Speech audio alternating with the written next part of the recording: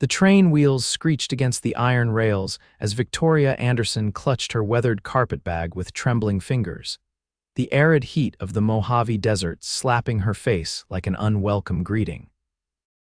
Her destination, Keeler, California, awaited just beyond the dust-covered windows, a place she'd been told would break her spirit faster than the merciless desert sun could burn her fair skin.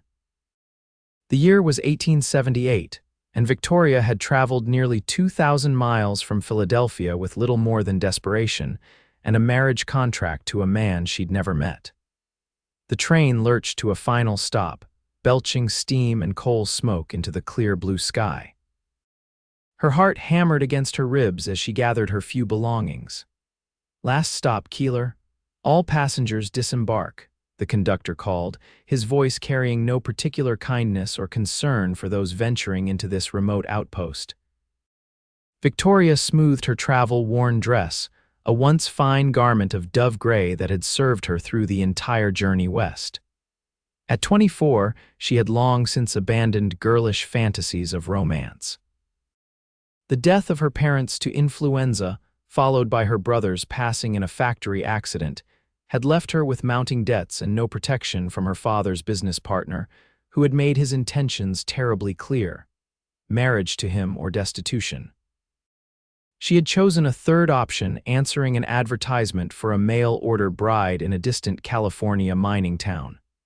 Mr. Carson, her intended, had described himself as a prosperous businessman in Keeler. His letters had been terse, businesslike, and devoid of warmth. But they offered escape, and that was enough. Victoria stepped down from the train, the midday sun nearly blinding her. She shielded her eyes with one hand, scanning the station platform for anyone who might be her intended husband. "Miss Anderson." The voice came from behind her, deep but unexpectedly gentle. Victoria turned to find herself staring at the chest of a tall man. She tilted her head up to see his face, partly shaded by a wide-brimmed hat. "I'm Daniel Kincaid," he continued, removing his hat to reveal sandy brown hair and eyes the color of a clear mountain lake. "I believe you were expecting to meet Mr. Carson." Victoria's stomach tightened. "Yes, is he delayed?" Daniel Kincaid's expression darkened. "I'm afraid I have some difficult news. Mr. Carson passed away 3 weeks ago, mining accident. Word was sent, but I reckon it didn't reach you in time." The platform seemed to tilt beneath her feet. Victoria gripped her bag tighter, fighting the wave of dizziness that threatened to overcome her. No husband meant no home, no protection, and no future in this desolate place. "I see," she managed, her voice barely audible above the hiss of the departing train. "I suppose I should inquire about return passage to Philadelphia." "That won't be necessary," Daniel said quickly. "Unless you want to go back, of course." Victoria looked at him sharply. "What do you mean?" "I own the ranch neighboring Carson's property. I've been overseeing his affairs since his passing." Daniel shifted his weight, suddenly seeming uncomfortable. "His property, a small ranch about 5 miles outside town, passes to you as his intended. The marriage contract was legally binding even without the ceremony. It's not much, but it's good land with a sturdy house." Victoria's mind raced. Property of her own, independence. It seemed too miraculous to believe. "There's a catch," she said, not phrasing it as a question. Daniel's eyes crinkled slightly. "No catch, madam, but it is hard country, especially for a woman alone. I'm stronger than I look, Mr. Kincaid. I don't doubt that. Anyone who travels across the country alone has plenty of grit." He replaced his hat. "I've got my wagon out front. I can take you to Carson's place, your place now, if you'd like to see it before deciding." Victoria hesitated only a moment. "Yes, I would like that." The wagon ride revealed Keeler to be smaller and harsher than Victoria had imagined. The town consisted of little more than a general store, saloon, small hotel, and assorted buildings that seemed to be losing a battle with the desert. Beyond the town, the terrain opened into a valley, with the imposing Sierra Nevada mountains rising to the west and Owens Lake stretching out to the south. Daniel pointed out landmarks as they traveled, his deep voice providing a surprising comfort in this alien landscape. He didn't speak excessively, but when he did, his words were thoughtful and informative. Carson's place, your place, has good water rights. That's important out here. The house isn't fancy, but it's solid. He had about 30 head of cattle and a few horses. He glanced at her. Do you know anything about ranching, Miss Anderson? Nothing whatsoever, Victoria admitted, but I learned quickly. Daniel nodded, seeming neither surprised nor judgmental. Most of the cattle were sold off after Carson passed, but there's enough to start with. His foreman, Miguel Estrada, has been keeping things running. Good man. The wagon crested a small rise, and Victoria saw her new home for the first time. The ranch house was indeed modest but solid-looking, constructed of timber and local stone with a porch wrapping around the front. A barn and several outbuildings stood nearby, and in the distance, she could see cattle grazing on the scrubby grass. Victoria searched for words that wouldn't reveal her disappointment. She had expected something more substantial for a prosperous businessman. It's honest, Daniel finished for her.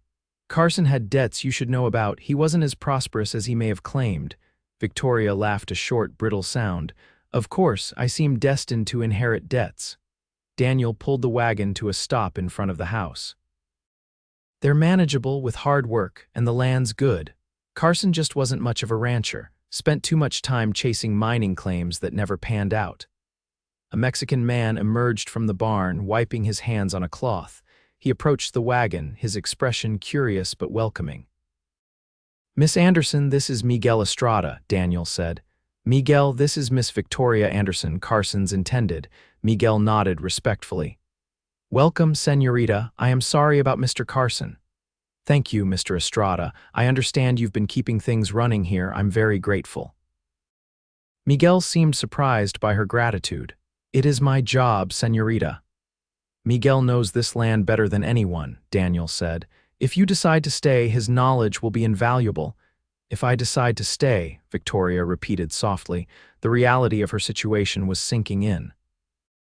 She had traveled across the country to marry a man who was now dead, leaving her with an unfamiliar property in an unforgiving landscape, surrounded by strangers. Daniel seemed to sense her uncertainty. Why don't you take some time to see the house? I'll speak with Miguel about the current state of things. Victoria nodded gratefully and made her way up the porch steps. The front door opened into a main room that served as both kitchen and living area. A stone fireplace dominated one wall, and simple but sturdy furniture was arranged practically. It was clean, if sparse.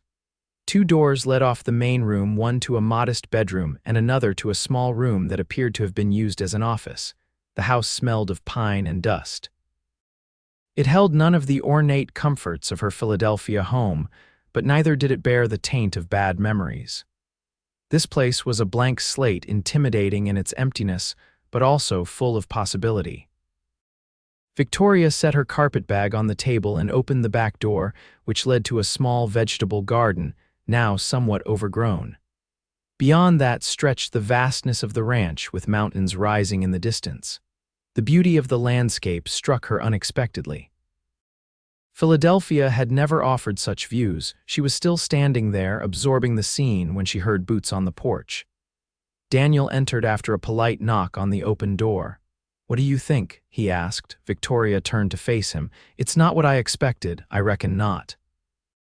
His face was compassionate without being pitying. You have options, Miss Anderson. The stage goes back east twice a month, or there's the hotel in town until you decide. Carson left enough to cover your return passage if that's what you want. Victoria looked around the small house again. Return to Philadelphia, to the clutches of her father's partner. Stay in a hotel room, watching her limited funds dwindle. Or take on this impossible challenge of running a ranch she knew nothing about. I'd like to stay, she said, surprising herself with the firmness in her voice. At least for now, this property is legally mine, correct? Daniel nodded. It is, though I should tell you there are those in town who might try to take advantage, a woman alone, especially one new to ranching. I'm no stranger to people trying to take advantage, Mr. Kincaid. Something in her tone must have conveyed the depth of her experience, because Daniel's expression shifted to one of deeper respect. I believe that, he said quietly. For what it's worth, I own the neighboring property to the east. My ranch is about twice the size of this one. If you need help, I'm not far. Victoria studied him. Daniel Kincaid was unlike any man she had encountered in Philadelphia. His manner was straightforward but not harsh. His clothes were practical worn denim, a simple cotton shirt, leather vest, and boots that had clearly seen many miles. He carried a revolver on his hip, but it seemed more a tool than a weapon.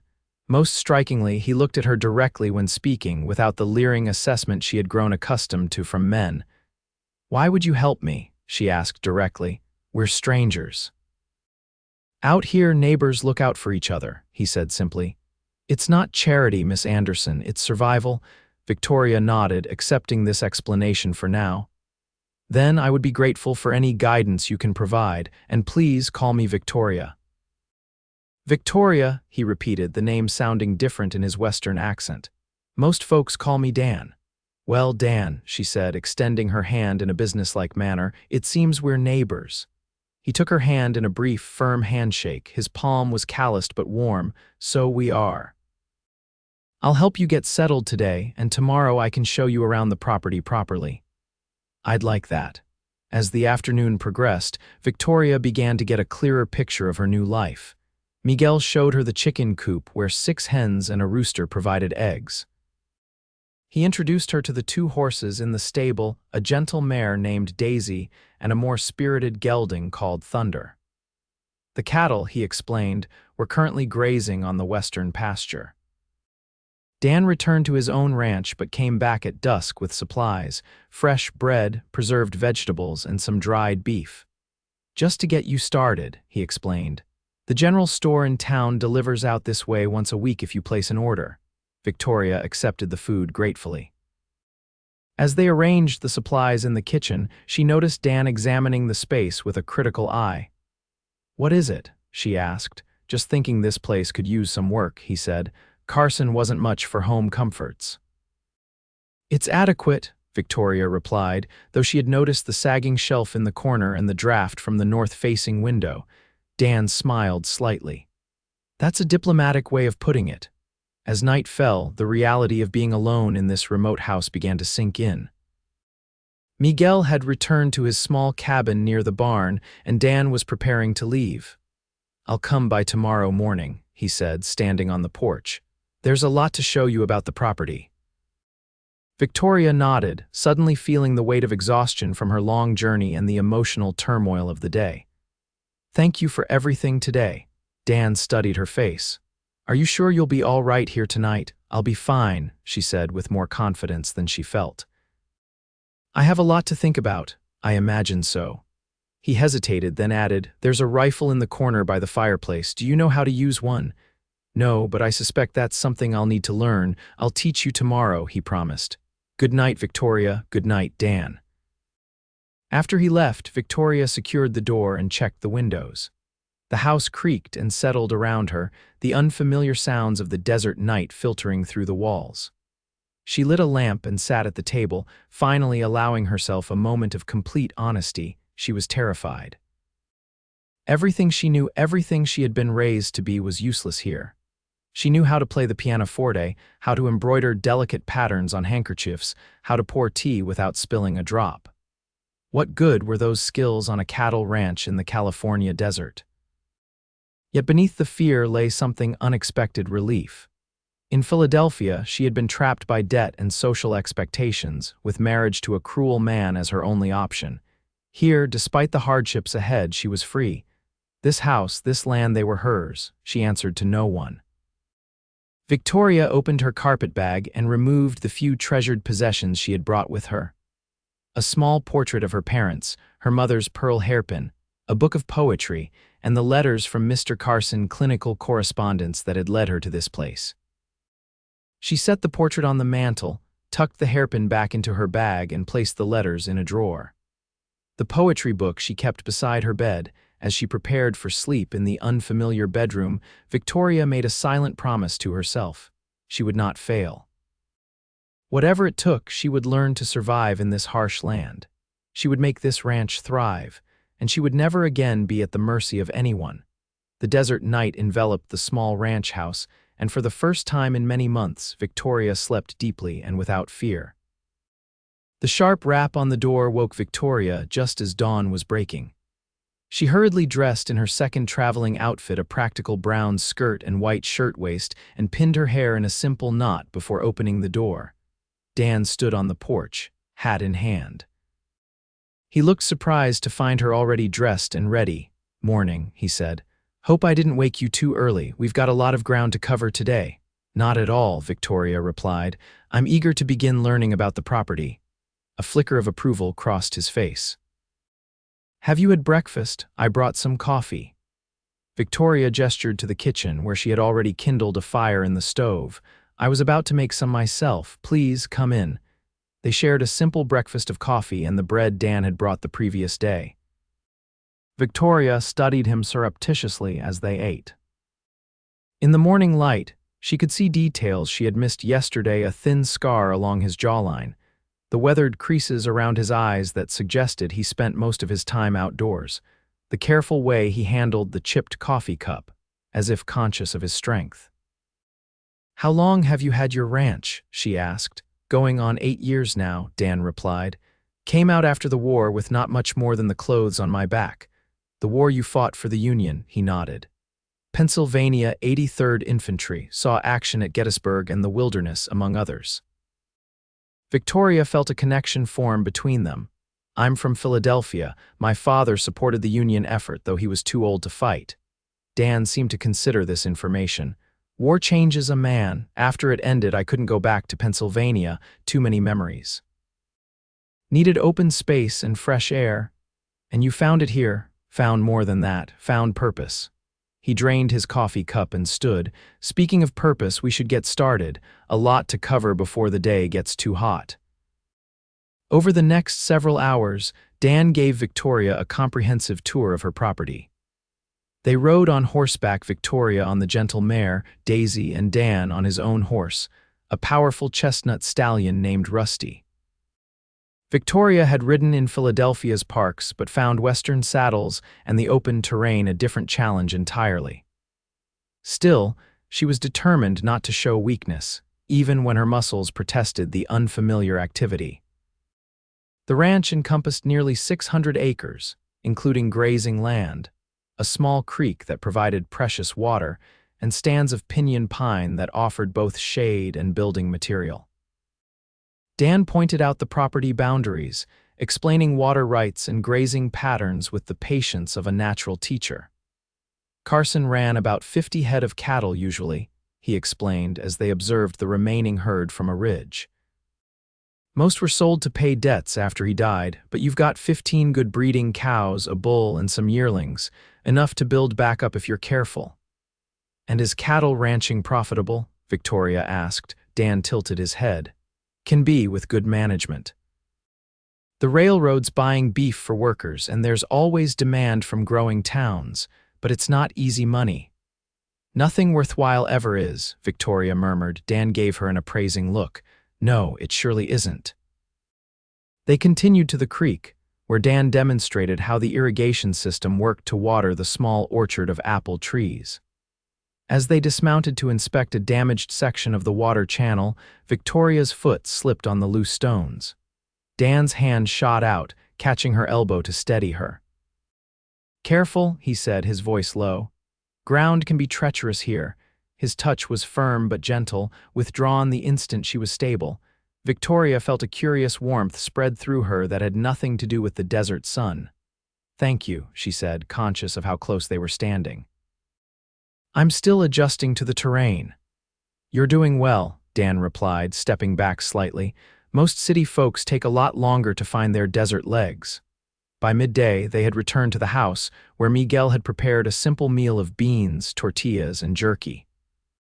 As they ate, Dan outlined what he saw as the most pressing needs for the ranch.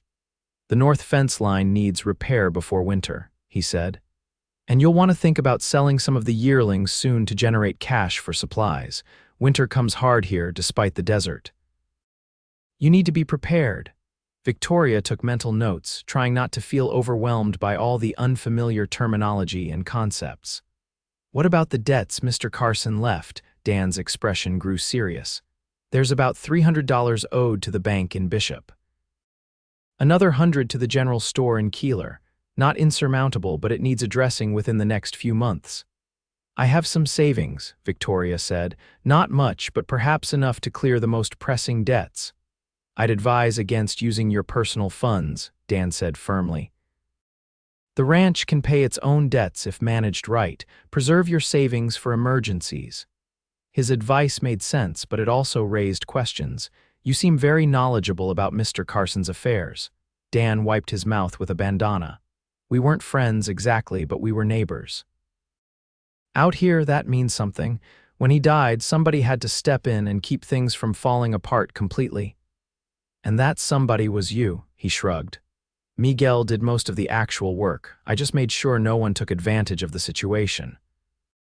Victoria studied him, trying to understand this man who seemed to embody a code of honor she had thought extinct. Why would you do that for a mere neighbor? Dan met her gaze directly. My pa taught me that a man's character is measured by what he does when there's nothing in it for him. He stood, seemingly uncomfortable with the personal turn of the conversation. We should practice with that rifle I mentioned, basic safety at least. The rest of the afternoon was devoted to practical lessons. Dan showed Victoria how to load, aim, and fire the Winchester rifle, his hands occasionally guiding hers to demonstrate proper technique. Each point of contact sent an unexpected thrill through her, a sensation she firmly attributed to the novelty of the experience rather than the man himself. When Victoria managed to hit a can placed on a fence post, the pride in Dan's smile caused her heart to skip in a most disconcerting manner. "Quick learner," he commented. "That'll serve you well out here." As the sun began to set, casting long shadows across the property, Dan prepared to leave. "I've got to check on my own place," he explained. "Been neglecting it these past couple days." "Of course," Victoria said. "You've been more than generous with your time." "I'll stop by tomorrow afternoon," he promised. "There's a delivery coming from the general store. I can help you inventory it." "Thank you, but I don't want to impose further. You have your own ranch to run." Dan adjusted his hat. "It's no imposition. Neighbors help neighbors, remember?" After he left, Victoria sat on the porch, watching the sunset paint the distant mountains in shades of purple and gold. Miguel approached from the barn, hesitantly asking if she required anything else before he retired to his cabin. "No, thank you, Miguel. You've been very helpful today." He nodded, then seemed to consider something. "Señorita, may I speak freely?" "Of course. Mr. Kincaid is a good man, the best I know in these parts." Miguel's expression was earnest. "When Mr. Carson died, others wanted this land. Men from the mining company, they offered to buy it for little money. Mr. Kincaid, he stopped them, said we must wait for you to arrive." Victoria absorbed this information. Why would he do that? He could have purchased the land himself. Miguel smiled slightly. "That is not his way, señorita. He believes in fairness." He paused, then added, "Not many men like him left in this world." After Miguel departed, Victoria remained on the porch, contemplating this new information. The desert night enveloped her, stars emerging in a display more magnificent than anything she had seen in Philadelphia. The vastness of the sky reflected the enormity of the challenge before her, a city woman attempting to run a cattle ranch alone. Except she wasn't entirely alone, was she? She had Miguel's expertise and loyalty. And she had a neighbor who, for reasons she couldn't fully comprehend, seemed determined to help her succeed. Victoria's thoughts were interrupted by the sound of approaching hooves. She tensed, remembering the rifle inside, but relaxed when she recognized Dan's chestnut stallion. "Forgot to mention something," he called as he dismounted. "Town socials happening Saturday night. Whole community gets together at the schoolhouse. Would be a good chance for you to meet folks." Victoria hadn't expected social engagements in this remote place. A social, like a dance, some dancing, mostly just food and talk. Dan shifted, looking uncharacteristically uncertain. "Thought you might want to go. I could escort you, introduce you around." The offer touched her. "That would be nice, thank you," he nodded, seeming relieved. "I'll pick you up at 6 then, and Victoria—" "Yes." Some folks in town, they might not take kindly to a woman running a ranch alone, might try to discourage you. His expression hardened slightly. Don't let them. With that, he tipped his hat, remounted, and rode off into the gathering darkness, leaving Victoria with a curious mixture of apprehension and anticipation about the days ahead. The next few days fell into a pattern. Victoria rose at dawn, assisted Miguel with morning chores, and spent her days learning everything she could about the operation of the ranch. Dan visited daily, ostensibly to check on progress or assist with specific tasks, but Victoria sensed his visits were becoming less about obligation and more about choice. On Thursday, they rode together to inspect the creek that served as the ranch's primary water source. Victoria had become more comfortable on horseback, though the muscles in her legs and back still protested each morning. The water level's good, Dan noted as they dismounted near a bend in the creek. Carson diverted this from the main stream about 5 years back. Smart move, gives your property independent water rights. Victoria knelt to touch the clear, cold water. It's remarkable to find such a precious resource in the desert. That's the thing about this land, Dan said, crouching beside her. It's harsh, but it provides what you need if you know where to look. Their eyes met, and Victoria felt a now familiar warmth spread through her. Dan cleared his throat and stood, offering his hand to help her up. She accepted it, noticing how he held her hand a moment longer than strictly necessary. There's something I've been wondering, Victoria said as they walked along the creek bank. Why does everyone call this Broken Spur Ranch? I noticed the name on some of Mr. Carson's papers. Dan smiled. There's a story there. When Carson first came, he found an old Spanish spur half buried in the dirt near where the house stands now. It was broken clean in two, but finally made silver inlay, good craftsmanship. He took it as a sign and named the place after it. Do you know what happened to the spur? He kept it in that little office of his, said it brought him luck. Dan's expression turned wry. Evidently not enough. Victoria made a mental note to look for the broken spur. It seemed an appropriate symbol for this place, something valuable, damaged but not destroyed, with history etched into its very form. As they continued their inspection of the property, Dan began to share more about himself.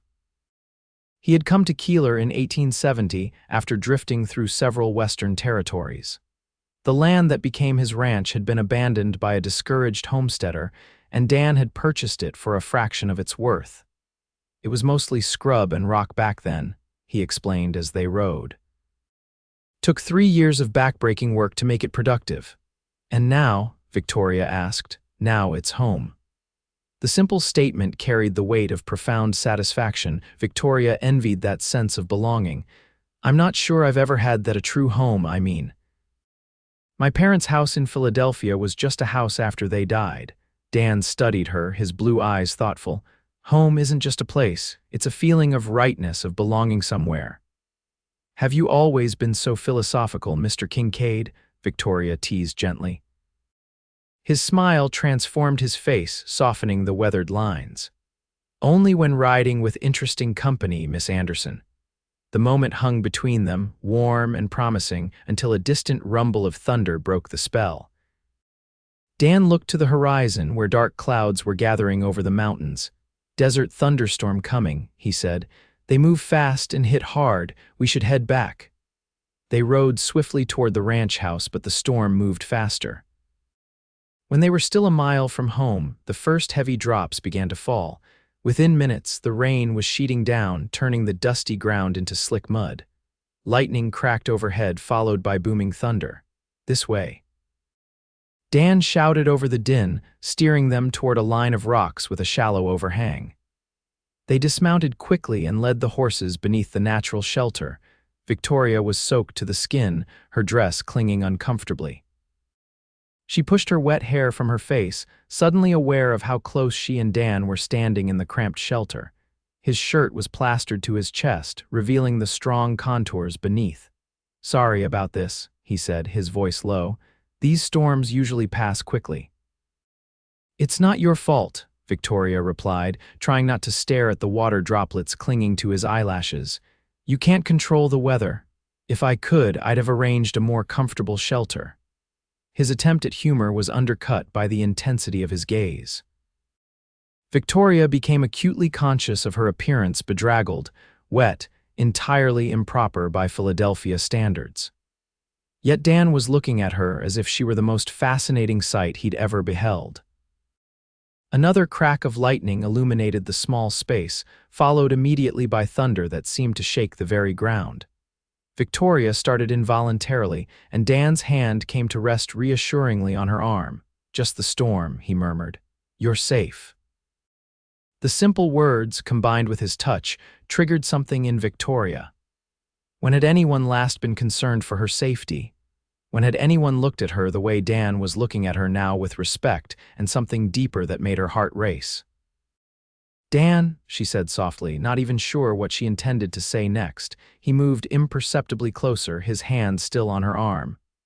"Victoria," the way he said her name made her breath catch. For a suspended moment, Victoria thought he might kiss her. She found herself hoping he would.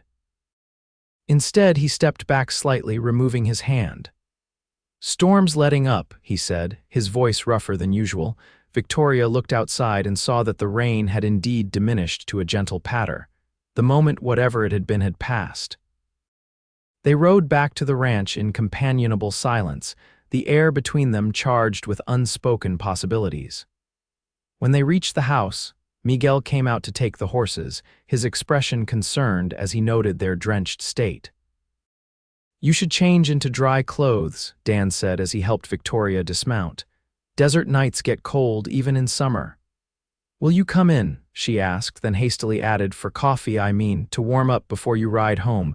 He hesitated, then shook his head. "Better not." "Got to get back before dark." He looked at her intently. "I'll see you Saturday for the social, 6 o'clock. Victoria nodded, feeling an inexplicable disappointment. Saturday at 6. As Dan rode away, Victoria stood on the porch watching until he disappeared from view. Something was changing between them, something that both thrilled and frightened her. She had come west expecting to enter a loveless marriage of convenience with a stranger. Instead, she found herself developing feelings for a different stranger entirely, a kind, honorable man who treated her with a respect she had rarely encountered. The irony was not lost on her. She had fled one fate only to find herself facing another she hadn't anticipated, the possibility of genuine attachment. Victoria shook her head at her own foolishness. Dan Kincaid was being neighborly, nothing more. A man like him, capable, respected, established, surely had his pick of suitable women in the territory. What would he want with an Eastern City woman who knew nothing of ranch life? Yet as she changed into dry clothes and brewed herself a cup of coffee, Victoria couldn't help remembering the way he had looked at her in the shelter, as if he saw something in her that others had missed. As if he saw her true self. Saturday arrived with clear skies and a nervous flutter in Victoria's stomach. She spent the morning helping Miguel with chores, then devoted the afternoon to preparing for the social. She washed her hair with precious water, heated on the stove, and arranged it in a more elaborate style than she had worn since leaving Philadelphia. Her wardrobe options were limited, but she had brought one good dress, a deep blue poplin with modest trim that had been her Sunday best back east. As she dressed, Victoria chided herself for her girlish excitement. This was merely a community gathering, an opportunity to meet her neighbors and establish herself as the new owner of Broken Spur Ranch. It was not a courtship ritual. Yet she couldn't deny the extra care she took with her appearance or the anticipation she felt about spending the evening with Dan. At precisely 6 o'clock, the sound of an approaching wagon announced his arrival. Victoria took a final glance in the small mirror, adjusted her cameo brooch, her mother's, one of the few pieces of jewelry she had kept, and stepped onto the porch. Dan had exchanged his usual ranch attire for clean dark trousers, a white shirt, and a vest of deep brown. His boots were polished, his hair neatly combed. He looked handsome in a way that made Victoria's pulse quicken. He removed his hat when he saw her, his eyes widening slightly. "You look very nice," he said, the understatement belied by the appreciation in his gaze. "Thank you, so do you." Victoria descended the steps, accepting his outstretched hand to help her into the wagon. The ride to town was filled with comfortable conversation. Dan pointed out landmarks and shared stories about the area's history. Victoria found herself laughing more than she had in years, charmed by his dry humor and straightforward manner. As they approached Keeler, however, Dan's demeanor became more serious. "There's something you should know before we arrive," he said. "Wyatt Simmons will be there tonight. He's the manager of the Cerro Gordo Mining Company." Victoria recalled the name. "Miguel mentioned him, said he wanted to buy my property after Mr. Carson died." Dan nodded grimly. "He's still interested, controls most of the businesses in town already. Doesn't like independent ranchers much. We don't fit into his plans for the region." "What plans are those?" "Expansion, more mines, more control." Dan's jaw tightened. "Just watch yourself around him. He can be persuasive when he wants something." Victoria straightened her spine. "I'm not easily persuaded, especially when it comes to my property." Dan's expression softened into a smile. "I'm beginning to see that." The Keeler schoolhouse had been transformed for the evening's festivities. Lanterns hung from posts, casting a warm glow over tables laden with food. A small band of local musicians played lively tunes, and several couples were already dancing in the cleared center of the room. As they entered, conversation momentarily faltered as curious faces turned to assess the newcomer. Victoria lifted her chin, determined to make a good impression. Dan placed a protective hand at the small of her back, guiding her toward a group of people near the punch bowl. "Folks, this is Miss Victoria Anderson, the new owner of Broken Spur Ranch," he announced. "Victoria, meet some of your neighbors." What followed was a blur of introductions. Martha Williams, the schoolteacher, welcomed her warmly. The Petersons, who ran the general store, were politely curious about her plans for the ranch. Sheriff Tom Lawson, a gruff man with kind eyes, offered assistance if she ever needed it. "We don't get many single ladies taking on ranches," he commented.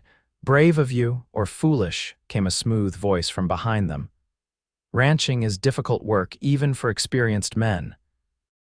Victoria turned to see a well-dressed man in his 40s, his appearance more suited to a San Francisco business office than a frontier town. His smile didn't reach his eyes, which assessed her with calculating interest. "Wyatt Simmons," he introduced himself with a slight bow. "Manager of Cerro Gordo Mining Company. A pleasure to meet you, Miss Anderson." Victoria felt Dan tense beside her but maintained her composure. "Mr. Simmons, I understand you expressed interest in my property. Direct, aren't you?" Simmons seemed amused. "Yes, I made an offer to the estate after poor Carson's unfortunate accident. The offer still stands should you find ranching overwhelming."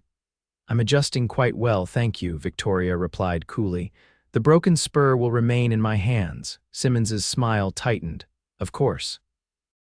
But should you reconsider, my door is always open. Running a ranch requires capital, experience, and connections, all things that might be in short supply for a newcomer from the East." Before Victoria could respond, Dan stepped slightly forward. "Victoria has plenty of help and advice available from her neighbors, Simmons. She'll do fine." "Ah, Kincaid, always the white knight." Simmons's tone was light but carried an undercurrent of contempt. "I wonder if Miss Anderson knows about your history with Carson. Might give her pause about accepting your assistance." Victoria glanced at Dan, whose face had hardened. "What history?" she asked. "Ancient history," Dan said firmly, "and not relevant to tonight's festivities." Simmons raised his eyebrows. "If you say so."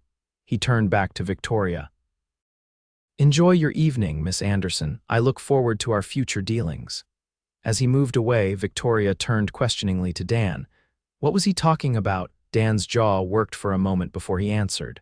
"Carson and I had a disagreement years back. Nothing that affects you or the ranch." Before Victoria could press for details, Martha Williams approached, asking if Victoria would help serve the punch. The moment for explanation passed, but Victoria filed the exchange away, determined to learn more about this history when the opportunity arose. The evening progressed pleasantly despite the encounter with Simmons. Victoria found herself welcomed by most of the townsfolk. though she noted some skeptical glances and whispered comments about her capability to run a ranch. She met them with polite determination, refusing to show any doubt. When the band struck up a waltz, Dan turned to her. "Would you care to dance?" Victoria accepted his hand, allowing him to lead her to the floor. He was a surprisingly graceful dancer, guiding her confidently through the steps. The feel of his hand at her waist, proper yet intimate, sent warmth coursing through her. "You dance well for a rancher," she remarked. "My mother insisted I learn, said no son of hers would stomp around a dance floor like a wounded buffalo." The memory brought a gentle smile to his face. "She sounds formidable. She died of fever when I was 16, taught me most of what matters, though." Victoria's expression softened. "My mother passed when I was 22, father followed a year later."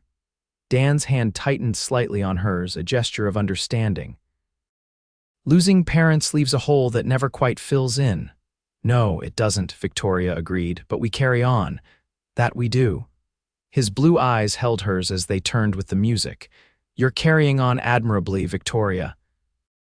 Most folks would have taken the first train back east after what you've faced." His approval warmed her more than it should have.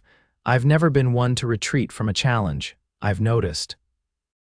There was admiration in his voice and something else, something that made Victoria's heart beat faster. The music ended too soon, and they reluctantly separated. As the evening continued, Victoria found herself constantly aware of Dan's presence, even when speaking with others. His steadfast support, the way he stood slightly protectively nearby when Simmons or others approached, the pride in his voice when introducing her as the owner of Broken Spur, all combined to deepen her growing feelings for him. It was nearly midnight when they finally departed. The cool desert air was refreshing after the warmth of the crowded schoolhouse. Dan helped Victoria into the wagon, his hands lingering at her waist a moment longer than necessary. The ride back to the ranch was quieter than the journey to town, a comfortable silence settling between them.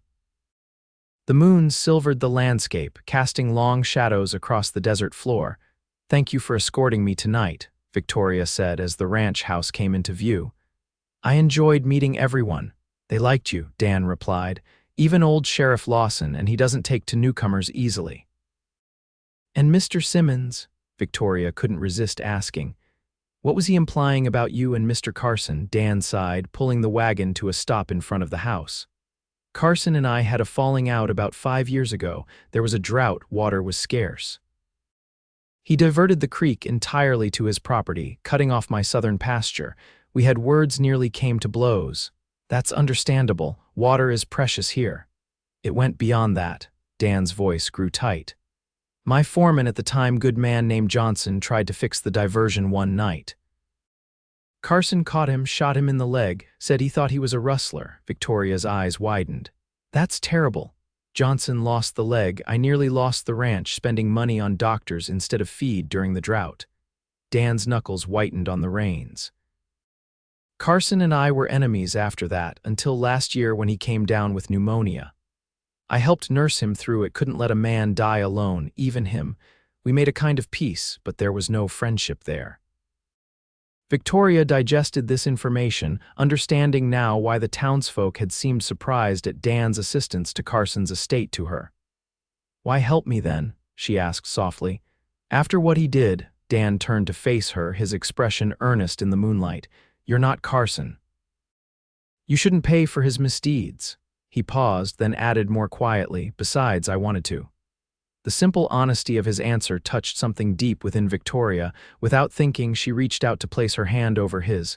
"Thank you for everything." Their eyes held for a long moment. Dan's gaze dropped briefly to her lips, then back to her eyes, a question in his expression.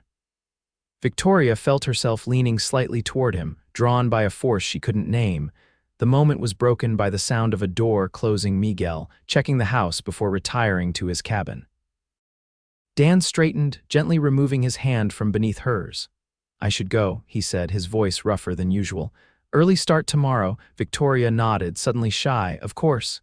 He helped her down from the wagon, his hands strong and sure at her waist. "Good night, Victoria." "Good night, Dan." As she watched him drive away, Victoria knew with sudden clarity that she was falling in love with Daniel Kincaid.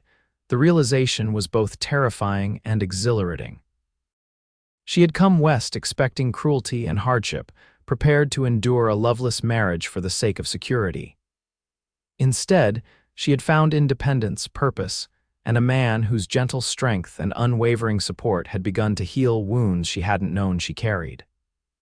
The question that remained as she entered her solitary house was whether Dan felt the same way and what she would do if he did. The weeks that followed the social were filled with hard work and gradual progress. Victoria threw herself into learning every aspect of ranch operations, from cattle management to financial record-keeping. Miguel proved an invaluable teacher, patient with her mistakes and generous with his knowledge. Dan visited regularly, always with a practical reason, helping repair the barn roof, advising on which yearlings to sell, teaching her to ride more confidently. Victoria came to treasure these visits, not just for the practical help Dan provided, but for the growing ease between them. Their conversations ranged from ranch business to personal histories to philosophical discussions about books they had both read. Dan, she discovered, had a surprising love of literature, having educated himself extensively after the war. "Not much to do on winter evenings except read," he explained one afternoon as they sat on the porch, taking a brief rest from repairing fence posts. "Built up quite a library over the years." "I'd love to see it sometime," Victoria said, then blushed at the potential impropriety of visiting a bachelor's home alone. Dan seemed to understand her hesitation. "I'll bring some books next time I come. Got a few you might enjoy." These small considerations, the way he respected her boundaries, while still treating her as an equal, only deepened Victoria's regard for him. She found herself looking for ways to reciprocate his kindness, baking extra bread when she knew he was coming or setting aside particularly interesting newspaper articles to discuss with him. September brought the cattle sale, a crucial test of Victoria's developing ranch skills. With Dan's guidance, she selected 10 yearlings to take to the livestock auction in Bishop, a larger town about 40 miles north. The journey would require an overnight stay, which presented a propriety challenge Victoria had not anticipated. "I can't possibly travel alone with you," she told Dan when he proposed accompanying her. "It would ruin my reputation." Dan frowned. "You can't go alone, and Miguel needs to stay with the remaining herd." "Perhaps I could ask Martha Williams to accompany us," Victoria suggested, "as a chaperone." The solution proved workable. Martha was happy to join the expedition, particularly as it gave her an opportunity to purchase supplies for the school. The three set out with the cattle and 2 ranch hands Dan had hired to help with the drive. The journey to Bishop was Victoria's first significant trip since arriving in California. She found herself enjoying the changing landscape as they moved north, the desert giving way to more fertile valleys as they approached the larger town. The auction itself was a revelation, a chaotic, noisy affair where buyers and sellers haggled intensely over each animal. Victoria watched in fascination as Dan negotiated skillfully on her behalf, securing prices higher than she had dared hope for. "You're a natural businessman," she commented as they counted the proceeds over $400, enough to pay Carson's remaining debts and purchase necessary supplies for winter. "Just know the value of good stock," Dan replied, though he looked pleased at the compliment. "Your cattle are well bred and healthy. Quality shows." That evening, they stayed at Bishop's modest hotel, Martha sharing a room with Victoria while Dan took a separate room down the hall. After dinner in the hotel dining room, Martha excused herself, claiming fatigue from the journey. "Don't stay up too late, you two," she said with a knowing smile that made Victoria blush. Left alone in the hotel's small parlor, Victoria and Dan found themselves in a rare moment of privacy. The awareness of this fact hung between them, creating a tension that was both uncomfortable and exhilarating. "You did well today," Dan said, breaking the silence. "Carson would be shocked to see how you've taken to ranching," Victoria smiled. "I surprise myself sometimes." A few months ago, I couldn't have imagined any of this. Do you ever regret it? Dan asked seriously. Coming west, taking on the ranch, Victoria considered the question carefully. I regret the circumstances that forced my decision, my parents' deaths, my brother's accident, the debts. But no, I don't regret coming west. She met his gaze directly. If I hadn't, I would never have found Broken Spur or met you. The words hung in the air between them, more revealing than she had intended. Dan's expression softened, and he leaned slightly forward in his chair. Victoria, he began, his voice low. I've been wanting to say. The hotel clerk's entrance with coffee interrupted whatever Dan had been about to confess. By the time the clerk departed, the moment had passed, and their conversation returned to safer topics: plans for the ranch, purchases they needed to make in Bishop before returning home. Yet something had shifted between them, an acknowledgement of feelings that, while unspoken, could no longer be ignored. The return journey to Keeler seemed to pass more quickly. With the proceeds from the cattle sale secured in a bank draft and supplies loaded into the wagon, Victoria felt a sense of accomplishment unlike anything she had experienced before. She had faced a significant challenge and succeeded not alone, certainly, but through her own determination and the support of people who believed in her. As they approached Broken Spur, Victoria gazed at the modest ranch house with new eyes. What had once seemed alien and intimidating now felt like home. The realization brought unexpected tears to her eyes, which she quickly blinked away. Something wrong? Dan asked, noticing her emotion. Just the opposite, Victoria replied softly. I finally feel like I belong here. Dan's smile was warm and understanding. The land has a way of claiming you if you let it. After Martha had been dropped off in town and the supplies unloaded at the ranch, Dan prepared to depart for his own property. Victoria walked him to his wagon, reluctant to see him go. Thank you for everything these past few days, she said. I couldn't have managed the auction without you. You'd have figured it out, Dan replied. You're more capable than you know. Their eyes met, and Victoria felt the same tension that had filled the hotel parlor. This time, however, they were completely alone, standing in the golden light of the setting sun. Dan stepped closer, removing his hat. Victoria, there's something I need to say. Her heart began to race. Yes, these past months working with you, getting to know you. He hesitated, seemingly searching for the right words. You're unlike any woman I've ever met. Your courage, your determination, your kindness despite everything you've been through. Victoria barely breathed, afraid to break the spell of the moment. What I'm trying to say, poorly, Dan continued, is that I care for you, more than as a neighbor or friend. The simple declaration, spoken with such honest emotion, filled Victoria with joy. I care for you too, Dan, very much. His expression lightened, hope replacing uncertainty. I know it's soon. You've only been here a few months, but I wanted you to know my feelings. I'm glad you told me, Victoria said softly. I've been afraid to admit my feelings, even to myself. Dan reached out slowly, giving her time to withdraw if she wished, and took her hand in his. The touch was warm, sending a thrill through her entire body. May I call on you properly? He asked. Not just as a neighbor helping out, but as a man courting a woman he admires deeply. Victoria smiled, happiness bubbling up within her. I would like that very much. Dan lifted her hand and pressed a gentle kiss to her knuckles, the gesture old-fashioned and deeply romantic. Sunday afternoon, we could ride together if you'd like. Sunday would be perfect. He released her hand reluctantly and replaced his hat. I'll see you then. As Victoria watched him drive away, her heart felt lighter than it had in years. She had come west expecting to enter a marriage of convenience with a stranger, a transaction rather than a relationship. Instead, she had found independence, purpose, and now the possibility of love with a man who valued her strength rather than seeking to diminish it. The desert sunset painted the land in hues of gold and amber, the beauty of it striking Victoria anew. This harsh, demanding place had given her gifts she had never expected. Not just survival, but the chance to truly live. Sunday dawned clear and mild, a perfect early autumn day. Victoria took special care with her appearance, selecting a riding outfit of dark green that complemented her auburn hair.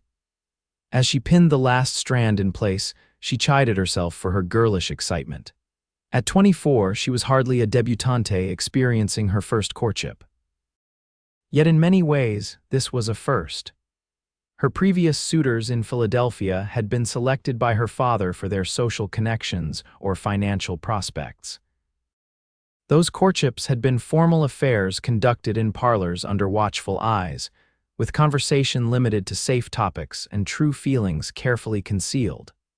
What was developing between her and Dan was entirely different, a connection built on shared experiences and genuine respect. He had seen her at her most vulnerable and her most determined, covered in dust after a day's ranch work and dressed in her finest at the social. He knew her fears and her strengths in a way no previous suitor ever had. When Dan arrived, the appreciation in his eyes as he took in her appearance confirmed that this day was special for him too. He had dressed in his best clothes and brought a small bouquet of desert wildflowers. "These grow near the creek on my property," he said, presenting them somewhat shyly. "Thought you might like them." Victoria accepted the simple gift with genuine pleasure. "They're beautiful, thank you." They rode north, away from both ranches, into rolling hills dotted with Joshua trees and yucca plants. Dan had packed a picnic, and they stopped at midday in a sheltered spot overlooking a vast expanse of desert and distant mountains. As they shared bread, cheese, and dried fruit, their conversation flowed easily from ranch matters to more personal topics. Dan spoke of his dreams for his property, the improvements he planned, the breeding stock he hoped to acquire. Victoria shared stories of her childhood in Philadelphia, the music lessons and social events that had once filled her days. "You miss it?" Dan asked. "The city, I mean." "The convenience, the society." Victoria considered the question honestly. "I miss certain aspects, concerts, bookshops, the changing of the seasons, but I don't miss the constraints. As a woman alone, I had few options there." She looked out over the vast landscape. "Here, despite the hardships, I feel free in a way I never did in Philadelphia." "Freedom comes with responsibility," Dan observed. "You've taken on both." "So have you." Victoria studied his profile, strong and weathered by years of outdoor work. "Why did you never marry?" "If you don't mind my asking." Dan was silent for a moment. "Came close once, about 5 years ago. Sarah Matthews, she taught school in Bishop before Martha. We courted for nearly a year." His expression grew distant. "The drought hit, then the trouble with Carson and Johnson getting shot. I was working day and night trying to save the ranch, barely keeping my head above water." "What happened?" Victoria asked gently. "Sarah couldn't see a future in it, said she hadn't come west to watch a man work himself to death for a piece of desert." Dan shrugged, though Victoria could see the memory still pained him. "She married a banker from Sacramento, moved away. Can't blame her, really. Life out here isn't easy." "No, it isn't," Victoria agreed softly, "but it has its own rewards." Dan turned to look at her, his blue eyes intent. "It does indeed." The moment stretched between them, charged with unspoken feelings. Victoria found herself drawn to him, the distance between them on the picnic blanket suddenly too great. Dan reached out, his calloused fingers gently touching her cheek.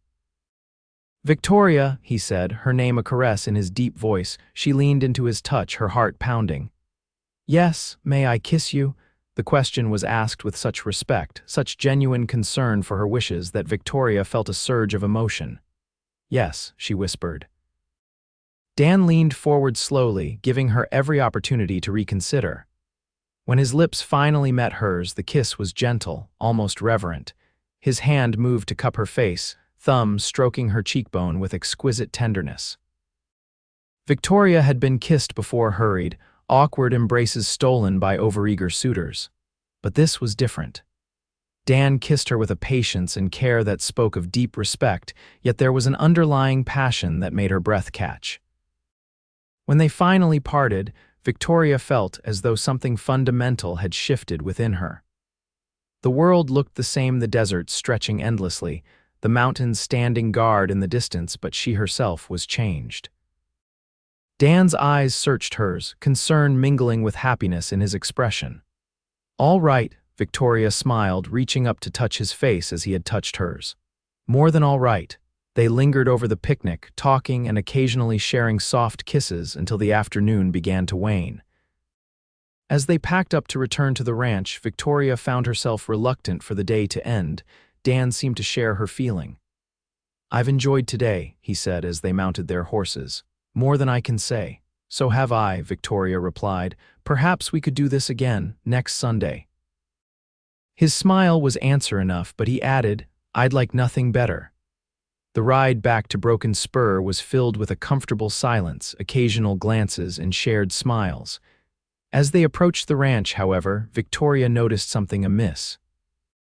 Miguel was standing in front of the house, his posture tense, and beside him was a sleek black carriage that Victoria didn't recognize. Dan frowned.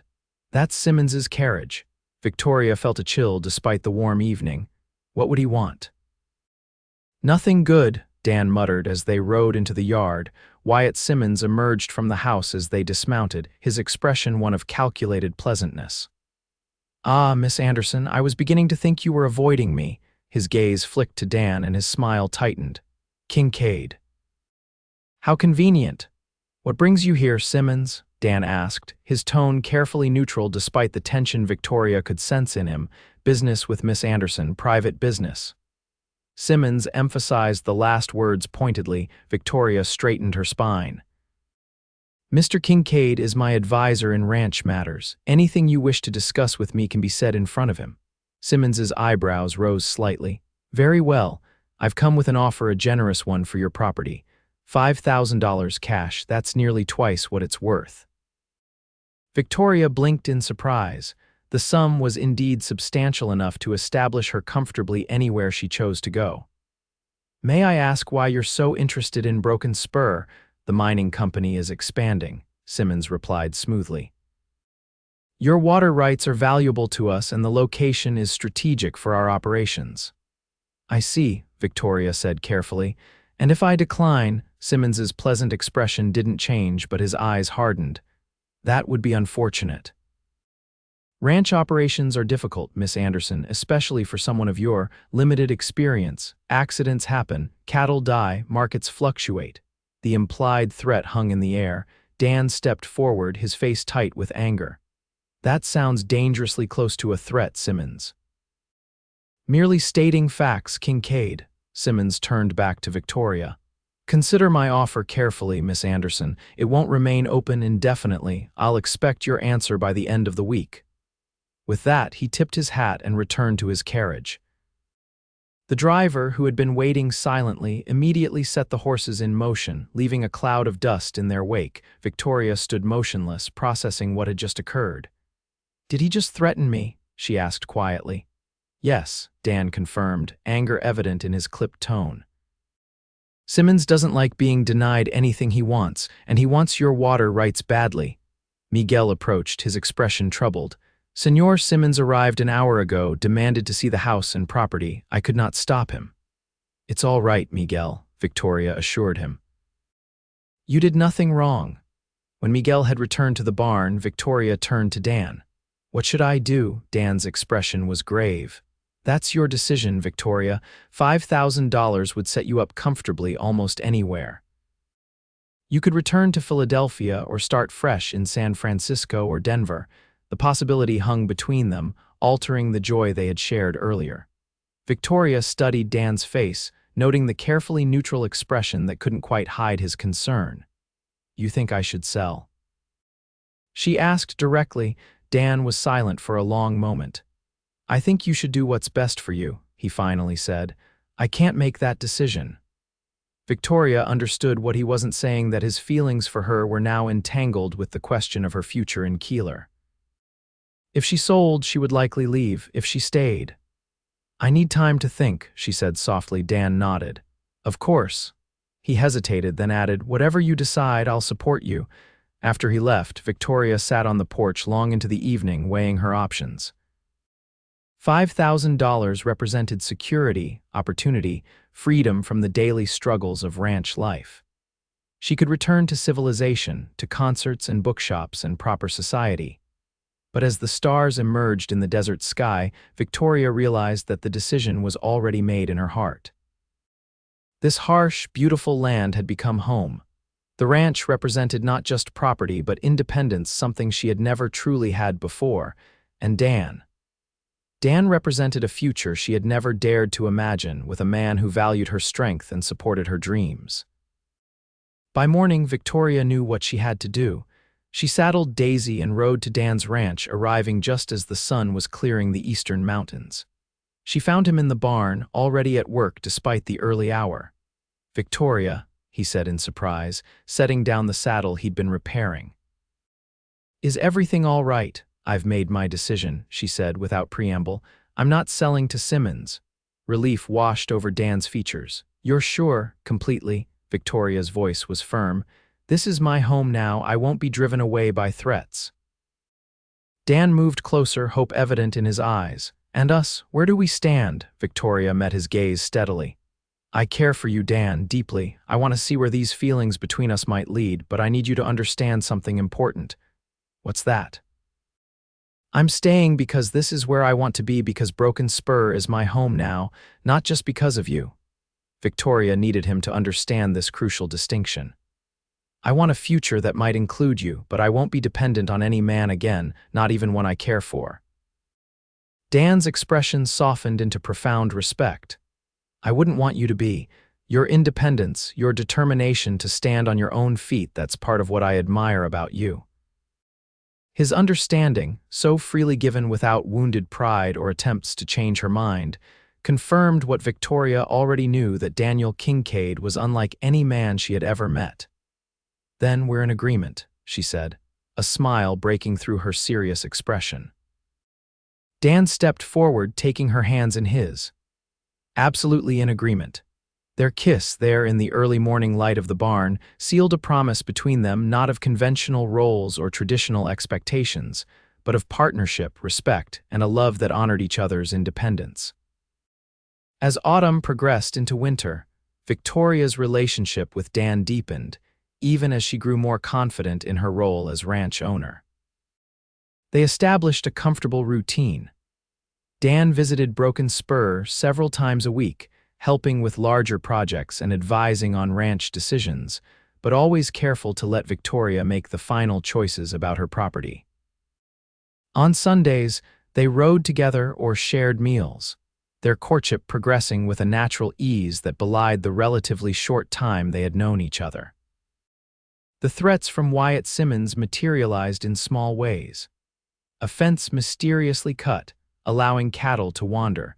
Rumors spread in town questioning Victoria's ability to manage the ranch. Subtle pressure applied to local businesses to limit their dealings with Broken Spur. Victoria faced each challenge with determination, refusing to be intimidated. December brought unusually heavy snow to the region, transforming the desert landscape into a frigid wonderland. Victoria marveled at the beauty of it, the white-capped mountains, the Joshua trees wearing crowns of ice, even as she struggled with the practical challenges the weather presented. One evening, as a particularly fierce storm raged outside, Dan arrived at the ranch house looking like a snow-covered bear. Victoria hurried him inside, where a fire blazed in the hearth. "You shouldn't have come in this weather," she scolded, helping him remove his ice-crusted coat. "Had to check on you," he said, his voice rough from the cold. "This storm's worse than anything we've had in years." Victoria pressed a cup of hot coffee into his hands. "I'm perfectly fine. Miguel helped me secure the animals this morning, and we've plenty of firewood." Dan's concerned expression eased as he warmed his hands on the cup. "You've become a true rancher, Victoria Anderson. 6 months ago, would you have known to prepare for a blizzard? 6 months ago, I thought blizzards only happened in novels," she admitted with a smile. "I've learned a great deal since then." "That you have." Dan's eyes held a warmth that had nothing to do with the fire. "I'm proud of you." The simple praise meant more coming from him than elaborate compliments from others ever had. Victoria busied herself preparing a simple meal, conscious of Dan's gaze following her movements around the kitchen. As the storm intensified, it became clear that traveling back to his ranch would be dangerous, if not impossible. Victoria faced a propriety dilemma she had not anticipated. "You'll have to stay here tonight," she said finally. The spare room is prepared. Dan looked uncomfortable. I don't want to compromise your reputation, Victoria, my reputation, she laughed softly. I'm a woman living alone on a ranch in the middle of nowhere. I suspect conventional propriety is already a lost cause. More seriously, she added, I trust you, Dan, and I'd rather face gossip than know you risked your life in this storm. He nodded, accepting her decision. They spent the evening in comfortable conversation, the howling wind outside making the warmth of the house feel all the more precious. Victoria shared stories of Philadelphia winters, the sleigh rides, the Christmas parties, the city streets transformed by snow. Dan spoke of his first winter in California, how unprepared he had been for the harsh reality of desert blizzards. Nearly froze to death that first year, he admitted. Learned quick after that. As the evening grew late, Victoria showed Dan to the spare room, formerly Carson's office. She had converted it to a bedroom months ago with a narrow bed and simple furnishings. It's not much, she apologized, but it's warm, it's perfect, Dan assured her. He hesitated at the doorway, then gently caught her hand as she turned to leave. Victoria. She looked up at him, aware of the intimacy of the moment, the two of them alone in the isolated house, the storm creating a world where only they existed. Yes, Dan's eyes searched hers. I love you. The simple declaration, spoken without flourish or hesitation, filled Victoria with joy. I love you too, Dan. He raised her hand to his lips, pressing a kiss to her palm. Sleep well. You too, she whispered, reluctantly withdrawing her hand and moving to her own room. That night, lying in her bed listening to the storm, Victoria reflected on the journey that had brought her to this moment. She had arrived in Keeler expecting to enter a loveless marriage of convenience, prepared to endure cruelty for the sake of security. Instead, she had found independence, purpose, and a love she had never dreamed possible. The storm continued for 3 days, keeping Dan at broken spur. They settled into an unexpected domestic rhythm, sharing meals, tending to necessary chores, spending evenings by the fire in conversation or comfortable silence. Victoria discovered a deeper level of compatibility in this forced proximity, a natural ease in sharing space and daily tasks. When the snow finally ceased and the sun emerged to create a blindingly white landscape, Dan prepared to return to his ranch. I need to check on my animals and my foreman, he explained as he donned his coat, but I'll be back tomorrow if the trails are passable. Victoria walked him to the door. Be careful, Dan turned to her, his expression suddenly serious. Victoria, when I return tomorrow, I'd like to discuss something important with you. Her heart quickened. What is it? Something that should be said properly, not in a rushed goodbye, he smiled, touching her cheek gently. Just promise you'll hear me out, of course. After he left, Victoria found herself filled with nervous anticipation.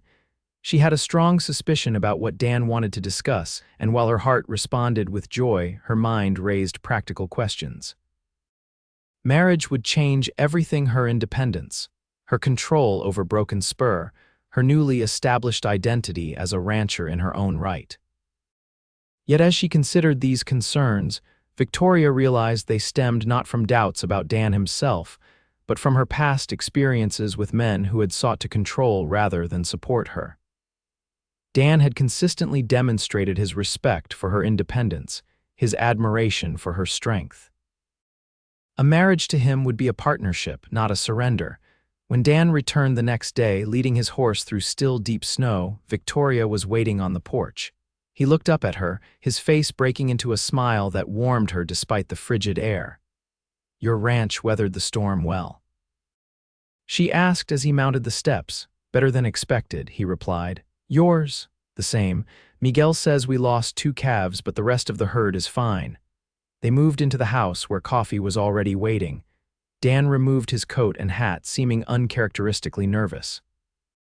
He declined the offered coffee, instead taking Victoria's hands in his. I've been practicing what to say, he admitted with a small laugh. Had it all worked out, now I can't remember a word. Victoria squeezed his hands encouragingly. Just speak from your heart. Dan nodded, his blue eyes earnest. Victoria, these past months have been the happiest of my life. Getting to know you, watching you turn Broken Spur into a true home, seeing your courage in the face of challenges, it's made me love you more than I thought possible." Victoria's heart swelled at his words, simple but deeply felt. "I know you value your independence," Dan continued. "I would never want to diminish that. What I'm proposing isn't that you give up anything, but that we build something together." He released her hands only to reach into his pocket, withdrawing a small, worn velvet box. Opening it revealed a ring, not an elaborate diamond, but a delicate band of gold set with a small pearl. "It was my mother's," Dan explained softly. "Victoria Anderson, would you do me the honor of becoming my wife? Not as a woman in need of protection or support, but as a partner I respect and love with all my heart." Tears welled in Victoria's eyes, not of sadness but of profound joy. "Yes," she whispered. "Yes, I will marry you, Daniel Kincaid." Dan's face transformed with happiness. He slid the ring onto her finger, then pulled her into a kiss that expressed all the love and promise of their future together. When they finally parted, Victoria rested her forehead against his. "There are practical matters to consider," she said softly. "The ranches, our homes. We'll figure it all out together," Dan assured her. "That's what partners do." His confidence, his absolute faith in their ability to overcome any obstacle together, swept away Victoria's remaining concerns. This was not the future she had envisioned when she boarded the train to California, but it was infinitely better than anything she could have imagined. News of their engagement spread quickly through Keeler. Most townsfolk offered sincere congratulations, having witnessed the development of their relationship over the months. Even Sheriff Lawson unbent enough to offer gruff good wishes when they announced their plans for a spring wedding. Only Wyatt Simmons received the news with cold displeasure. "How convenient," he remarked when he encountered Victoria in the general store. "Two neighboring ranches becoming one, almost as if it were planned from the beginning." Victoria met his insinuation with calm dignity. "Mr. Kincaid and I are marrying because we love each other, Mr. Simmons. The ranches will remain separate entities. For now, perhaps." Simmons's smile didn't reach his eyes. "My offer still stands, Mrs. Kincaid to-be. Think about it. A fresh start for you and your new husband, away from all this." He gestured vaguely at the town around them. "This is our home," Victoria said firmly. "Neither of us has any intention of leaving." Simmons's expression hardened. "Everyone has a breaking point, Miss Anderson, even the most determined rancher." The veiled threat lingered in Victoria's mind as she completed her purchases and returned to Broken Spur. She shared the encounter with Dan that evening as they sat on the porch, watching the winter sunset paint the snow-covered desert in shades of pink and gold. "Simmons won't give up easily," Dan acknowledged, his arm around her shoulders. "He's used to getting his way." "What does he really want with our land?" Victoria asked. "It can't just be the water rights." Dan was silent for a moment.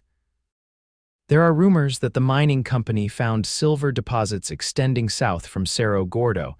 If that's true, the deposits might run under both our properties. And mining rights would go to the landowner," Victoria concluded, "so our ranches could be sitting on fortunes. Possibly. Or the rumors could be just that, rumors." Dan's expression was troubled. "Either way, Simmons isn't a man to cross lightly. He has influence with the territorial governor, connections with the railroad." Victoria straightened her spine. "I didn't face down my father's partner in Philadelphia only to be intimidated by Wyatt Simmons. Whatever he tries, we'll face it together." Dan smiled, pressing a kiss to her temple. "Together," he agreed. As winter gave way to spring, preparations for their wedding proceeded alongside ranch work. They decided to combine their operations while maintaining separate ownership of their properties, a compromise that respected Victoria's need for independence, while allowing them to benefit from shared resources.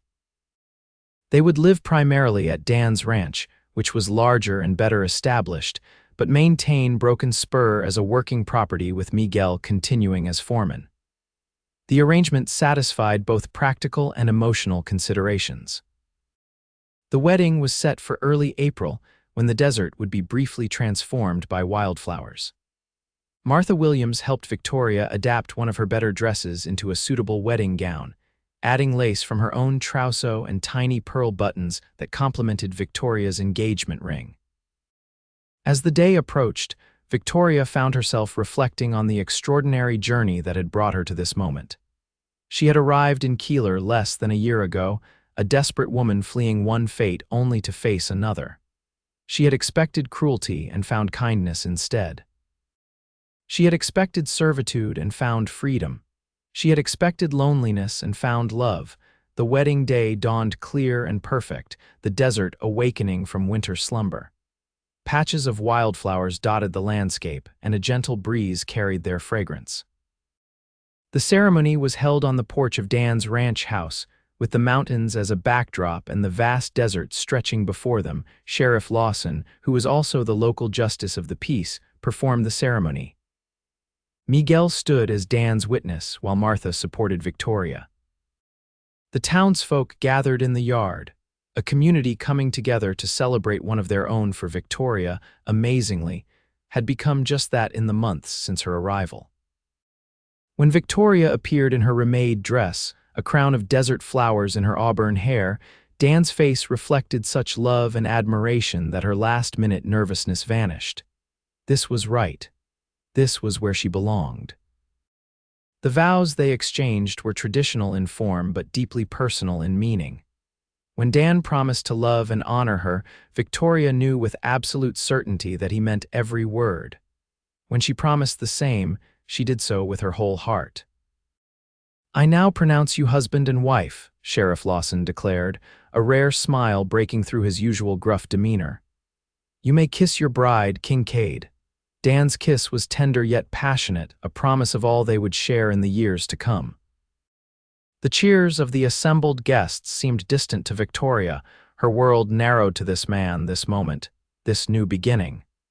The celebration continued throughout the afternoon and into the evening with food and music and dancing. As twilight descended, Dan led Victoria away from the festivities to a quiet spot overlooking the valley. "Happy, Mrs. Kincaid?" he asked, his arm around her waist.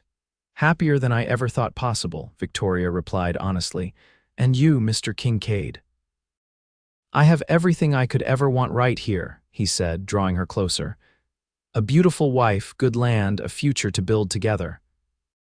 As they stood watching the stars emerge over their home, Victoria thought of the frightened, desperate woman who had stepped off the train in Keeler less than a year ago. How far she had come since then. How much she had gained. She had arrived expecting cruelty. Instead, this cowboy had given her only tenderness, only respect, only love. And in doing so, he had helped her discover her own strength, her own capacity for happiness. The desert night enveloped them, the distant sounds of celebration mingling with the whisper of the wind. Tomorrow would bring challenges, Simmons's threats, the daily work of the ranches, the adjustments of married life. But tonight, in her husband's arms, Victoria knew with bone-deep certainty that they would face whatever came together as equal partners in this life they were building. And that knowledge was the greatest gift of all. Epilogue: 2 years later, the spring morning dawned bright and clear, sunlight streaming through the curtains of the bedroom Victoria shared with her husband. She stirred, feeling the familiar weight of Dan's arm draped protectively across her expanded waistline. At 7 months pregnant with their first child, Victoria found her movements increasingly cumbersome, but her spirit remained as determined as ever. "You're awake early," Dan murmured, his voice rough with sleep as he gently caressed her rounded belly. "Your son or daughter is practicing cattle drives against my ribs," Victoria replied with a smile, placing her hand over his. Dan chuckled, the sound vibrating through his chest against her back.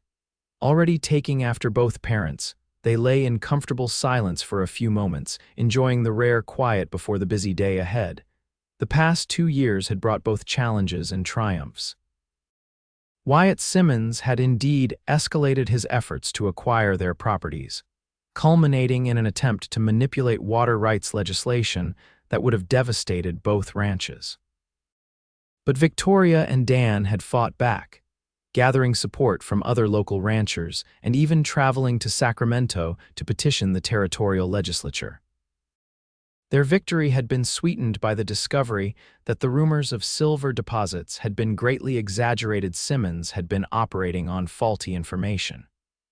Without the prospect of mineral wealth, his interest in their properties had gradually waned, though Victoria remained vigilant. Men like Simmons rarely admitted defeat permanently. The ranches had prospered under their combined management.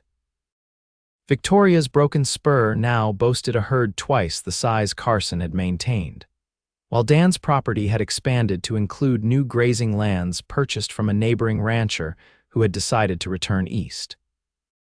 Miguel had been promoted to full manager of Broken Spur with a share in the profits that gave him a personal stake in its success. "What time is the cattle buyer arriving?" Victoria asked, reluctantly preparing to rise and begin the day. "Not until 10, Dan replied, gently helping her sit up. "Plenty of time for breakfast." Victoria smiled at his constant attentiveness. Throughout her pregnancy, Dan had been unfailingly supportive, never treating her as fragile or incapable despite his obvious concern for her well-being. He had simply adjusted, taking on more physical tasks while continuing to consult her on all ranch decisions. They dressed and made their way to the kitchen, where Dan insisted on preparing breakfast while Victoria reviewed the ledgers for both properties. Their home, Dan's ranch house, significantly expanded over the past year, reflected their partnership. Victoria's books shared space with Dan's on sturdy shelves. Her mother's porcelain figurines adorned the mantel beside his father's cavalry sword, and the office contained 2 desks positioned to face each other. After breakfast, they rode in the wagon to Broken Spur to meet the cattle buyer. Victoria had insisted on continuing to visit the property regularly throughout her pregnancy, unwilling to relinquish her connection to the place that had given her independence. Miguel greeted them warmly, a broad smile breaking across his weathered face. "Senora Victoria, you are glowing with motherhood," Victoria laughed. "I fear waddling with motherhood would be more accurate, but I appreciate the sentiment." They inspected the cattle together, with Victoria offering opinions from the wagon while Dan and Miguel walked among the herd. The buyer, a representative from a growing ranch near San Francisco, was impressed with the quality of the stock and agreed to purchase 30 head at a price that exceeded their expectations. As they concluded the deal, Victoria felt a profound sense of satisfaction. The frightened woman who had arrived on the train 3 years ago with no knowledge of ranching and few prospects beyond a marriage of convenience to a stranger was now a respected rancher, a beloved wife, and soon-to-be mother. That evening, as they sat on the porch watching the sunset paint the desert in fiery hues, Victoria leaned against Dan's shoulder. "You ever wonder how differently things might have turned out?" she asked. "If Carson had lived, if I had married him instead." Dan was quiet for a moment, his arm tightening slightly around her. "I try not to dwell on what might have been, but I'm grateful every day for what is." Victoria nodded, understanding completely. "I came west expecting the worst, prepared to endure whatever hardships were necessary for survival. Instead, I found everything I never knew I wanted. And I found everything I had stopped believing was possible," Dan replied, his voice rough with emotion. He placed his hand gently on her rounded belly where their child grew strong, a future, a family, a partner to share it all. As the stars began to appear in the darkening sky, Victoria reflected on the journey that had brought them to this moment. The path had not been easy, the challenges not small. Yet every struggle had been worth it. For this life they had built together, a life founded on respect, partnership, and a love that had grown from the most unexpected beginnings. She had arrived expecting cruelty, and the cowboy had given her only tenderness. In return, she had given him her strength, her determination, her heart. Together, they had created something neither could have built alone. Not just a prosperous ranch, but a true home, a place of belonging that extended far beyond property lines to encompass the life they shared and the love that sustained them. As darkness fell over the desert, Victoria knew with absolute certainty that whatever challenges the future held, they would face them as they had faced everything else together. Equal partners in this extraordinary life they continued to build day by day, moment by moment, with unwavering love and respect.